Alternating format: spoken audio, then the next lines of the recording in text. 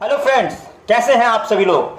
आज हम आप सभी लोगों के लिए महाभारत से एक बहुत ही शानदार कथा लेकर आए हैं। और दोस्तों, इस कथा के माध्यम से आपको एक बहुत ही बड़ी प्रेरणा मिलने वाली है। दोस्तों, बात उस समय की है जब महाभारत का युद्ध चल रहा था और कृष्ण अर्जुन के सारथी थे और अर्जुन भीष्म पितामह के सामने पहली बार प्रस्तुत हुए।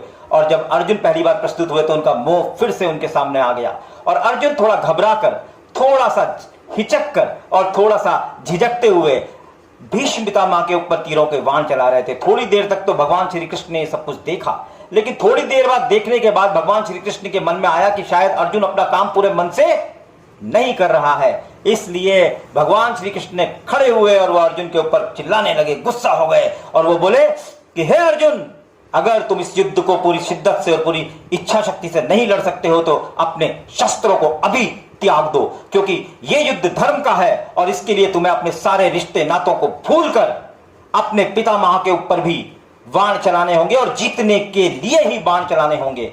यह सब सुनकर अर्जुन थोड़ा घबरा गया।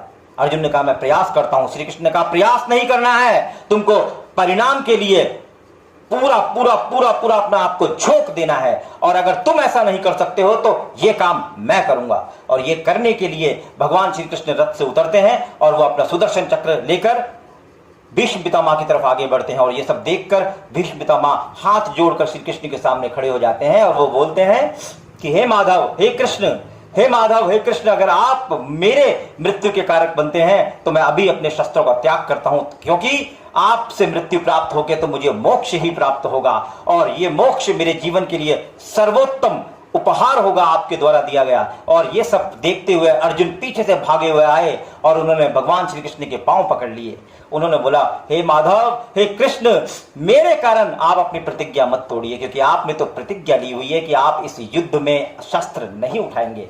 और अगर मेरे कारण आपको अपनी प्रतिज्ञा तोड़नी पड़ी तो सबसे बड़ा अभागा मैं होऊंगा। और ये सब कहने के बाद वो उनके पांव उनके पकड़ लिए उन्होंने और उनसे प्रार्थना की कि वो अपने शस्त्र गिरा दें। भगवान श्री कृष्ण ने कहा कि मैं शस्त्र एक इस शर्त पर गिराऊंगा कि तुम्हें अपनी पूरी शिद्दत से, पूरी इच्छा शक्ति से और पूरे विश्वास के साथ इस युद्ध को लड़ना है और जीतने के लिए लड़ना है। सब कुछ भूलकर, मोह माया त्याग कर धर्म के लिए, धर्म की विजय के लिए तुम्हें युद्ध लड़ना है। अर्जुन दोबारा से खड़े हुए और वो फिर से भीष्म पितामह के सामने बाणों की वर्षा करने लगे, इस बार पूरे मन से और पूरी इच्छा शक्ति से। और इस पूरी कथानक से हम यही समझ सकते हैं कि ईश्वर हमसे यही चाहता है कि हम अपने धर्म के लिए, अपने कर्म के लिए अपनी पूरी इच्छा शक्ति से, अपनी पूरी शिद्दत से काम करते रहें, तो उसका आशीर्वाद हमें हमेशा हमेशा मिलता रहता है। क्यों कृष्णम, बात सही है?